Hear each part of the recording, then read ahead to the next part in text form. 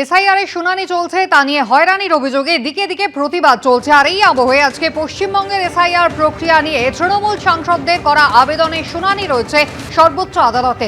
বিস্তারিত জানাবেন আমাদের প্রতিনিধি বিজেন্দ্র সিংহ রয়েছেন আমাদের সঙ্গে। বিজেন্দ্র, কখন রয়েছে এই শুনানি?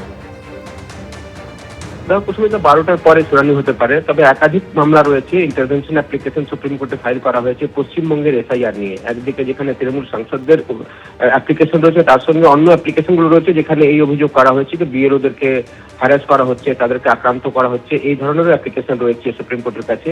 এর আগে গত 12 তারিখ যখন হিয়ারিং হয়েছিল, সেদিন সুপ্রিম কোর্ট ইলেকশন কমিশনকে নোটিশ ইস্যু করেছিল এবং বলেছিল 1 সপ্তাহের মধ্যে তাদেরকে জবাব দিতে। একদিকে যেখানে টিএমসি তরফ থেকে বলা হয়েছিল কি 1,32,00,000 ভোটারদেরকে লজিক্যাল ডিসক্রিপেন্সি দেখিয়ে নোটিশ পাঠানো হয়েছে, হোয়াটসঅ্যাপে মেসেজ দিয়ে কাজ করানো হচ্ছে, অফিসিয়াল অর্ডার ইস্যু করছিল ইলেকশন কমিশন, কিন্তু বিএলওদেরকে হোয়াটসঅ্যাপে মেসেজ দেওয়া হচ্ছে, এই কথাও বলা হয়েছিল। কল্যাণ বন্দ্যোপাধ্যায় এটাও বলেছিলেন কি যার 6টি থেকে বেশি সন্তান রয়েছে তাদেরকেও নোটিশ পাঠানো হয়েছে। এই ধরনের অভিযোগ ছিল। তখন ইলেকশন কমিশনকে নোটিশ ইস্যু করেছিল সুপ্রিম কোর্ট, 1 সপ্তাহের মধ্যে জবাব দিতে বলেছিল এবং 19 তারিখ আজকের দিন ঠিক হয়েছিল হিয়ারিং এর জন্য। তারপরে আমরা দেখেছিলাম আরো একটা অ্যাপ্লিকেশন সুপ্রিম কোর্টের কাছে এসেছিল, যেটাতে বলা হয়েছিল কি পশ্চিমবঙ্গে বিএলওদেরকে হয়রানি করা হচ্ছে, তাদেরকে হ্যারাস করা হচ্ছে, তারা আক্রান্ত হচ্ছেন বিভিন্ন জায়গায়, সেক্ষেত্রে ইলেকশন কমিশন হস্তক্ষেপ করছে না। সেটাতেও নোটিশ ইস্যু হয়েছে এবং সেদিনও ইলেকশন কমিশনকে বলেছিল সুপ্রিম কোর্টকে তারা 19 তারিখেই পশ্চিমবঙ্গ রিলেটেড যত এসআইআর এর মামলাগুলো রয়েছে তারা 19 তারিখে শুনবেন। সেই সব মামলাগুলোর একটা শুনানি রয়েছে, আইটেম নাম্বার 30 রয়েছে চিফ জাস্টিসের বেঞ্চে। মনে করা হচ্ছে কি 12টার পর উঠবে হিয়ারিং এর জন্য এবং তখন জানতে হবে প্রথমত ইলেকশন কমিশন কি জবাব দিচ্ছে এবং যারা মামলা করেছেন তারা কতটা সন্তুষ্ট হচ্ছে। ধন্যবাদ।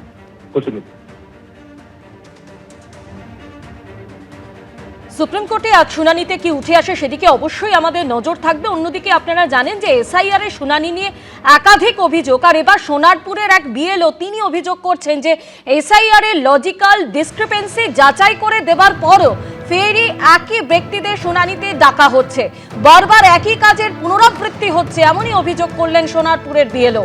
অ্যাপে লজিক্যাল ডিসক্রিপেন্সি আসার পর বিএলওদেরই ভেরিফিকেশন করে আপলোড করার নির্দেশ, ভেরিফিকেশন করে নো অ্যাকশন রিকোয়ার্ড করে জমা দেওয়ার নির্দেশ।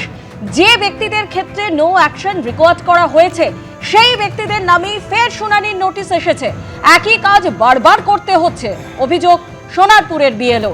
তৃতীয় দফায় তার নিজের নামেও শুনানির নোটিশ এসেছে জানালেন ওই বিএলও।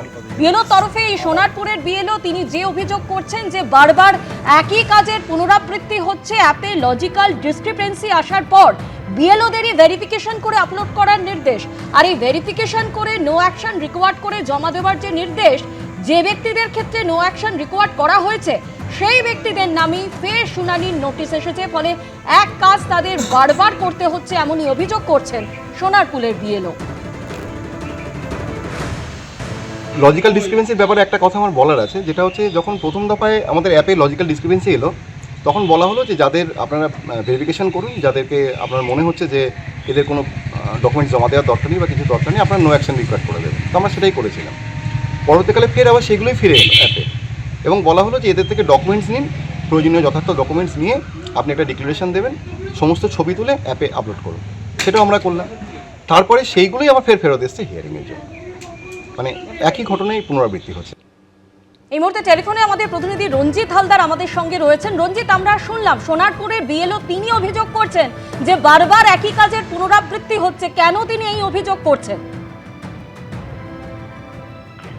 দেখো, কার্তিক চ্যাটার্জি তিনি যেটা তার মূলত যেটা অভিযোগ যে হিয়ারিং এর জন্য নতুন করে 62 জনের নাম এসেছে। তিনি যে বুথে কাজ করছেন সেই বুথের নাম আসা 65 জনের নামের ভিতরে তার নাম রয়েছে, এমনটাই তিনি জানাচ্ছেন। সুতরাং হিয়ারিং এর জন্য যে নাম আসা 62 জনের মধ্যে ফোর্থ বিএলও যিনি রয়েছেন তার নাম রয়েছে। তিনি সবাইকেই হিয়ারিং এর জন্য নোটিশ যখন করছেন সেই নোটিশের মাঝে নিজের নামও রয়েছে। তিনি যেটা অভিযোগ করছেন যে বিভিন্ন সময় বিভিন্ন রকম গাইডলাইন দেওয়া হচ্ছে এবং সেই গাইডলাইন আবার নতুন করে পাল্টানো হচ্ছে। পাশাপাশি তিনি যেটা জানাচ্ছেন যে কি কারণে তাকে ডাকা হয়েছে, তার বাবার যে নাম ছিল সেই নামের পদবি যে পদবি ছিল 2002 সালে, সেই পদবি কিছু চেঞ্জ হয়েছে। সেই চেঞ্জ হওয়ার কারণে কিন্তু খোদ বিএলওকেই হিয়ারিং এ ডাকা হয়েছে, এমনটাই জানাচ্ছেন সোনারপুরের বিডিও কার্তিক চ্যাটার্জি। রঞ্জিত, তুমি আমাদের সঙ্গে থাকো। আপনারা শুনলেন যে সোনারপুরের বিএলও তিনি যে অভিযোগ করছেন যে বারবার একই কাজের পুনরাবৃত্তি হচ্ছে, ভেরিফিকেশন করে নো অ্যাকশন রিকোয়ার্ড করে জমা দেওয়ার যে নির্দেশ দেওয়া হয়েছে নির্বাচন কমিশনের তরফে, তা করার পরেও যাদের যাদের ক্ষেত্রে এই নো অ্যাকশন রিকোয়ার্ড করা হয়েছে সেই ব্যক্তিদের নামেই ফের শুনানির নোটিশ এসেছে। ফলে একই কাজ বারবার করতে হচ্ছে, এমনই অভিযোগ সোনারপুরের বিএলও।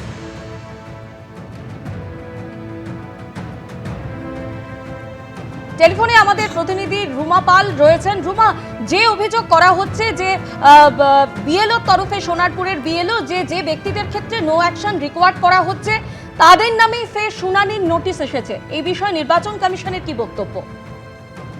দেখো, এক্ষেত্রে জানিয়ে রাখি যে এই ধরনের বিভ্রান্তি কিন্তু বেশ কিছুদিন ধরেই চলছে এবং সেক্ষেত্রে বিএলও ঐক্যমঞ্চ যারা আর কি এই পুরো বিষয়টা দেখে, সেক্ষেত্রে তারাও কিন্তু বারবার নির্বাচন কমিশনে এসে তারা জানিয়ে গেছে।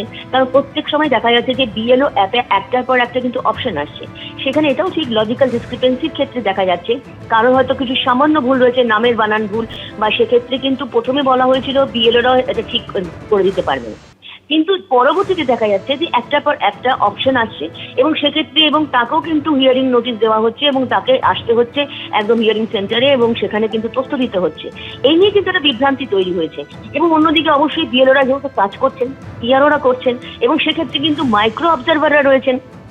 আমরা দেখেছি যে মাইক্রো অবজারভারদের ক্ষেত্রেও কিন্তু নির্বাচন কমিশন স্পষ্ট বার্তা দিয়েছিল যে তারা সঠিক মতো কাজ করছেন না এবং সেক্ষেত্রে তাদের করতে হবে।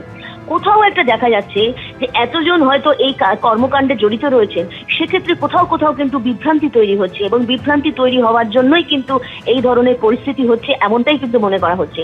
অন্যদিকে এটাও ঠিক যে বিএলও অ্যাপে যখন অপশন আসছে, যখন বলা হচ্ছে যে তাদের কিন্তু তথ্য দিয়ে দেবে এবং কিন্তু বিএলও ঐক্যমঞ্চের তরফ থেকে এরকমও বলা হয়েছে যে কোনো কোনো জেলায় আবার ভোটারদের থেকে আন্ডারটেকিংও নেওয়া হচ্ছে, সেক্ষেত্রে কিন্তু সব জেলা ক্ষেত্রে নয়। এটাও কিন্তু একটা বিভ্রান্তি তৈরি করছে, যদিও কিন্তু একদম সিও দপ্তর থেকে এমনটা কিছু বলা হয়নি, একদম জেলাওয়ারি এটা করা হচ্ছে এবং দেখা যাচ্ছে যে প্রত্যেক জায়গায় কিন্তু কোথাও না কোথাও একটা বিভ্রান্তি তৈরি হচ্ছে এবং 1,36,00,000 যে লজিক্যাল ডিসক্রিপেন্সি, যেখানে সামান্য বানান ভুল, মিসম্যাচ রয়েছে, জেন্ডার মিসম্যাচ রয়েছে, বা বাবা মার সাথে যেটা বয়সের ফারাক 15 বা 50 বলা হচ্ছে, গ্র্যান্ড প্যারেন্টসের সাথে 40-এর কম বলা হচ্ছে, সেক্ষেত্রে কিন্তু এই ধরনের একটা বিভ্রান্তি তৈরি হচ্ছে এবং অনেকেই যাদের সাথে কথা বলে বলা হয়েছে এবং যারা যাচ্ছেন সেক্ষেত্রে বলছেন যে তারা শুধুমাত্র সামান্য ভুলের জন্য তাদের তথ্য নিয়ে কিন্তু আবারও আসতে হচ্ছে হিয়ারিং সেন্টারে।